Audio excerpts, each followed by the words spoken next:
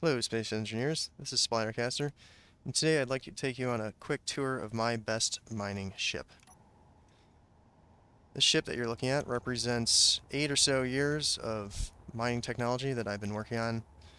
I first started playing the game in 2014, and I immediately built a miner, and this current design is representative of all of those miners that I've built and crashed and learned from. So, first of all, let's talk about the scope of this miner. This miner, as you can see, is a through miner, so to speak, where it can pass through its own mining hole cleanly. That's not rocket science. You can just mine straight through the center of this asteroid. This design is primarily for vanilla servers. It's built within the constraints of vanilla servers.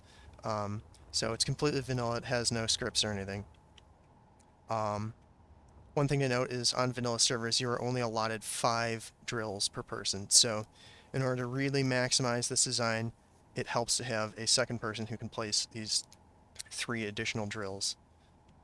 You can do this design by yourself with 5 drills if you place the drills right here, right here, right here, right here, and one in the middle. And then you fill in the gaps here, here, here, and here with cargo containers. That design certainly works, but it doesn't work quite as well. Unfortunately, it leaves tiny little chunks of vox material right about here that will impact your ship over time and slowly cause damage. So if you are mining with that setup, I recommend rotating the ship and just moving it around a little bit to clean up that mining hole. Otherwise, once you get these 3 additional drills, you're ready to rock and roll. So, in addition, this ship is designed to be relatively low PCU. Its current PCU value is, let's just check here, it's 3,401. So, it's, you could say that's a lot for a miner. You could also say that's not a lot for a miner. Everyone's got a different threshold for what they consider to be a lot of PCU. So for me, that's not a heck of a lot for vanilla servers, which generally has a PCU limit. I think nowadays it's 20,000. Anyway, so this is designed to maximize your mining output without completely breaking the PCU bank. So the final attribute of this miner is that it is completely self-sufficient. So as you can see, it's got a refinery. There's also an assembler in here, right in there. So this thing is what I call the insurance policy. As long as it survives, all your other grids and everything else can be blown up. You can have nothing left except this ship out in the depths of space, and you will be able to completely rebuild from scratch without having to start over with a respawn pod. So it will keep you alive, it will refine your materials, it will assemble them, and if you add welders, just a few conveyors and a welding head in front of these drills, you can weld up and rebuild everything that you've lost. So those were the design constraints for this miner, and it works very well in that capacity. So now let's talk about the design. I'll just take you through a tip-to-tail analysis of the design. So start with, we've got the mining head, 8 drills. We've got a forward-facing camera that is centered. That's a really nice feature because when you're looking down that camera, you know that the ship extends only 2 blocks in every direction around you. So if I wanted to skim right past the side of this asteroid, I know that I'm probably not going to impact it because there's hardly any ship on either side of that camera. So that's a nice little feature. Moving on from the drill head, we've got the side-to-side thruster array. This is just a simple 3 thrusters in every direction kind of array. You can also see the front and back thrusters here. I went with 3 thrusters in every direction because that way there is no one direction that is faster than the others, and that just leads to a more consistent experience. You know you're only going to be able to accelerate as fast in any direction as any of the other directions, so that kind of over time helps you prevent accidents, since you know exactly how fast you're able to accelerate and exactly how fast you're able to decelerate in any direction. It's the same in all directions. So I just kind of leave it that way so mistakes are less likely to happen due to going too fast, for example. So in the middle of these thrusters are cargo containers. They link the drill head to the assembler here and to the rest of the ship. The ship, of course, has conveyance all the way through the entire length of it. So, moving on, we've got the quintessential ore detector, maxed out at 150 meters. We've got the gyroscope, and we've got this little setup that I'll talk about briefly. Basically, survival kit, of course, processes stone, turns it into its component ores, and that's very helpful to have, especially on a miner. It also is a respawn location. Now, this timer block is linked to this survival kit, and this is actually a great subject for a totally different video. But to summarize, this allows you to defeat auto respawn, because the way auto respawn works is if I die right now, I will respawn at this survival kit because it's the one that's closest to me. So let's say I want to death travel, as it was called, or respawn travel. Let's say I've got a grid there on Earth or a grid way out in the middle of space. I can't spawn at either of those grids because I'm attached to this grid. This is, of course, when auto respawn is enabled. So to defeat that, we have this timer block set to simply turn on the survival kit, and we're going to be manually turning it off. So the usage case is I turn this off, and then I trigger this, or I start this, and now I've got 14 seconds during which I can respawn, and since this is turned off, I will not be able to respawn here. It will force me to respawn at the next closest respawn location that I own, if it's a med bay on a grid on Earth or out in space. Now, you can actually have a whole bunch of these set up for each of your grids, and you're going to need to have a longer window than that 14 seconds. So let's say it's maybe a minute. So I have this one turned off, and it'll remain off for a full minute. During that minute, I respawn at the one on Earth, and then I turn that one off, and it's in cooldown, and then I respawn all the way out in space, and once I've gotten to the grid that I want to be at, these will slowly come back online on their own, and I'll be able to respawn at them again. So this is kind of a hack to defeat auto respawn. But the exact mechanics of that really require a whole other video to discuss. But anyways, that's why we have this timer block and this setup on this ship. So, moving on. The only thing I'll say about this gyroscope is it is placed like this so that you get a little bit of an extra viewing window from the cockpit. If there's a block placed right in front of me, it would just obscure the view that much more. I kind of like looking at it like that. It looks kind of cool, and it gives me a little bit more of a viewing port, since obviously you can't really see in front of you without that camera. So, we've got 5 small reactors across the entire ship.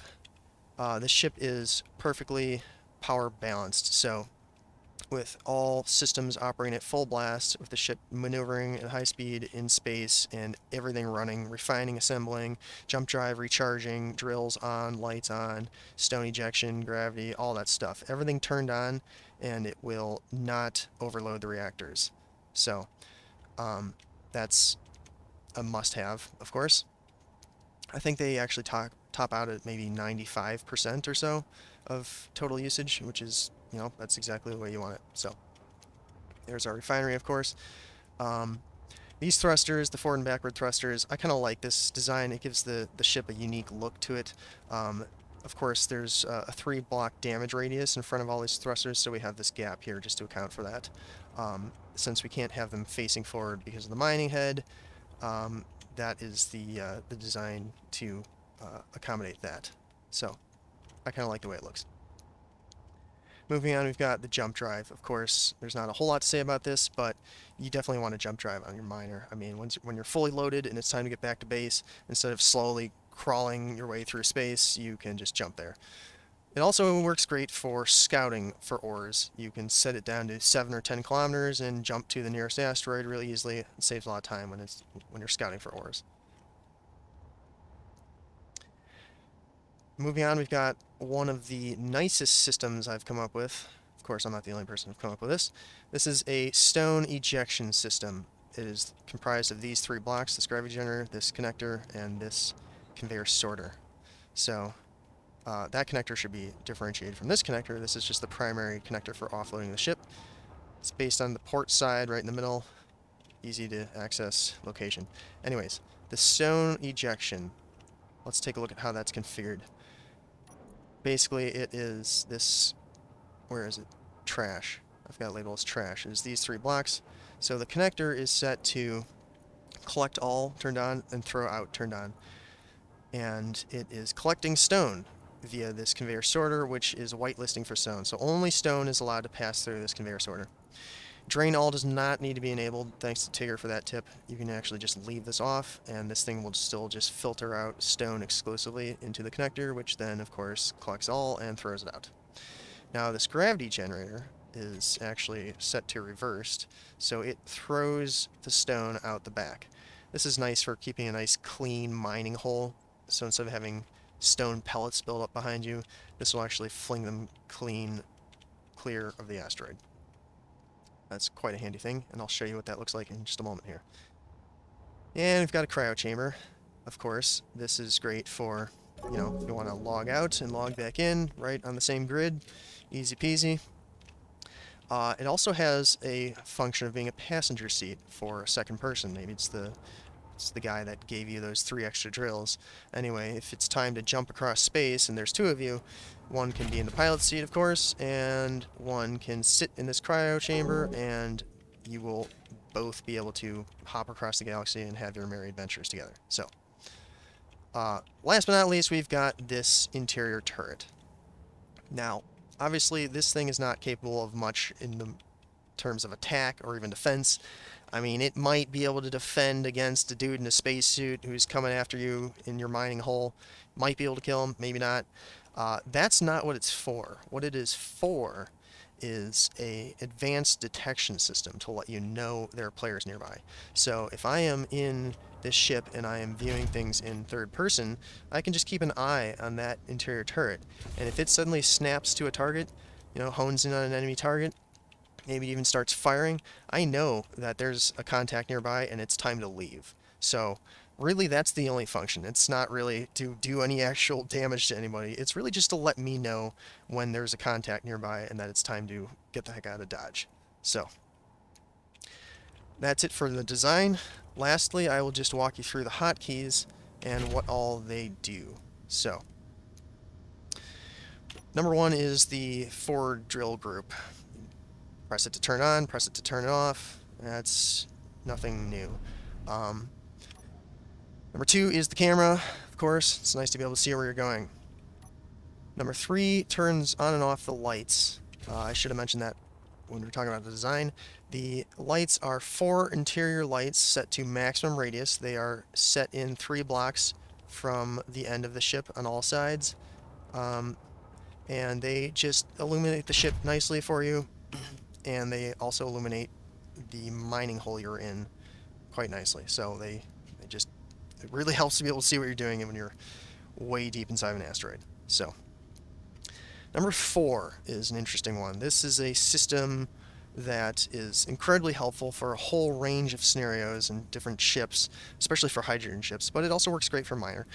This is cruise control. So, when I press 4, it will kill the backward thrusters. So, I've pressed 4, now you can see the backward thrusters are off, all the rest of the thrusters are on.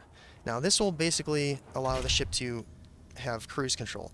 Now it's stabilizing itself in 5 directions except the forward direction. So when I tap W to go forward a little bit, you'll notice down the bottom left hand corner there, my meters per second value is remaining constant. And actually if I want to bring it, let's say I'm going a little bit too fast, I just tap 4 on and off, and now we're going a little bit slower. Basically this allows for hands-free mining. This is the closest thing to auto mining you're going to find without scripts, in my opinion. So I'll just demonstrate real quick how the beauty of this system. So once we start mining here, let's turn on our drill head. Let's just kind of pull up right next to the rock here. Now I'm going to press 4, and I'm going to bring it up to 0.5 meters per second or less. That seems to be about the sweet spot for that.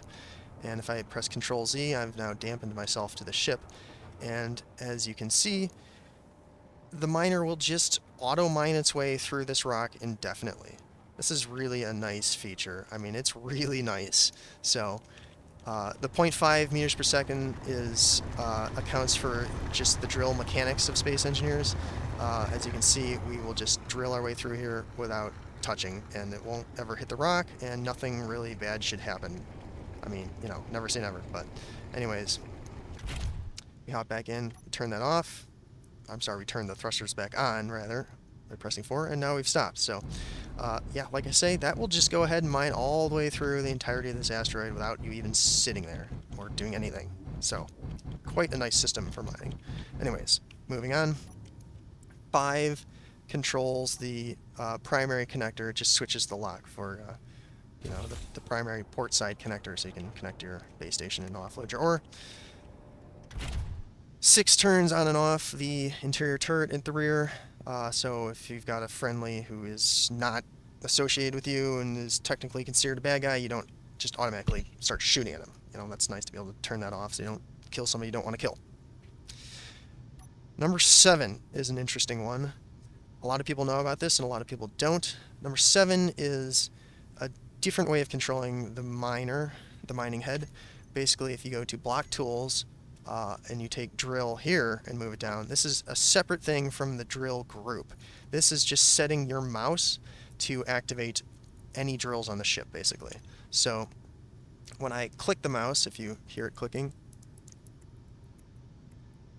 it just activates for the duration that I'm holding the click down. So if I click and hold, it activates, or if I just click once, it kind of spins a little bit. But that's not really what I use it for. What I use it for is the right click feature. That was left clicking, by the way. Right click, if you click and hold, is a large erase tool for voxels. So this will just erase large portions of voxels. So as you can see, it is erasing a much larger hole than the one that we just mined with. And we are not collecting any stone right now, so we're not collecting anything at all. It's just erasing voxel material. Now this is very useful for, let's say we've got a deposit like that cobalt that's way deep inside there. I'm not going to spend all the time to actually do it, but you can just use your camera, aim at the cobalt symbol, hold down right click, and fly all the way through this asteroid, erasing voxel material until you actually uncover the start of the cobalt node, and then you switch back to auto mining mode or whatever, and you can be right in the center of an asteroid in a mining hole, collecting materials that you need. So that's a very useful feature for cleaning up the stone or whatever voxel material around a particular node that you want to expose. Oh, and I've gone and crashed the ship. Anyway, that's 7. So, like I say, you press 7, and then you right-click to erase voxel material. Very handy. 8 is the stone ejection system. So, like I said before, it's all 3 of those blocks on one group. Turns them all on, turns them all off. So if I turn them all on, and I start mining some stone, you will notice the stone is now flinging out the rear. And here, actually, we'll do a little bit of auto mining there with the backward thruster cutout. And now you can see, as I mine stone, it's just going to pitch the stone free of the ship and out of any mining hole that you might be in the middle of. So that's a very helpful tactic, or system to use, rather. That just basically purges all the stone out of your ship and saves all of your cargo space for ores. And while we're on the subject of cargo space, it's worth noting that this ship, between the 7 cargo containers it has and the 8 drills and a few other cargo blocks like the cockpit, the cryo chamber, and the connector, it holds roughly the equivalent of 1 large cargo container, which for me is a very useful thing because I can just mine this ship totally full of one particular resource at a time and bring it back to base. And my base generally has 8 to 10 large cargo containers, so I've got one for each primary resource. So I know that once I've filled this ship up full to the brim with one of each kind of, resource, then I'm basically done mining forever. I'm rich, So, of course, you always need more iron, but that's a different story. Anyways, so that was block number 8, the stone removal system. Now, if I want to keep this stone, for building a reactor, I just press 8 again, and turns that whole system off. Now I can keep all the stone I want. That's it for that. 9 is just activates the jump drive. Yep, we all know about that, pretty much. Now, there's 2 last controls here that we'll talk about, which I already did mention, but if I press Control 2, that brings up the second bar of hotkeys. This is just a quick system for let's turn that off, for using the auto respawn thing. So if I just press 1 and 2 at the same time, now that is turned off, that is activated, I can respawn and do the death travel exploit that I was talking about earlier. So, you know, I think I will actually make a whole video on that in the future. So, that is all for today. This is the best miner I've ever made. Maybe you learned something, maybe you can give me a little bit of information and I will have learned something. Anyway, hopefully this will help you step up your game. So, thank you for watching. Have a nice day.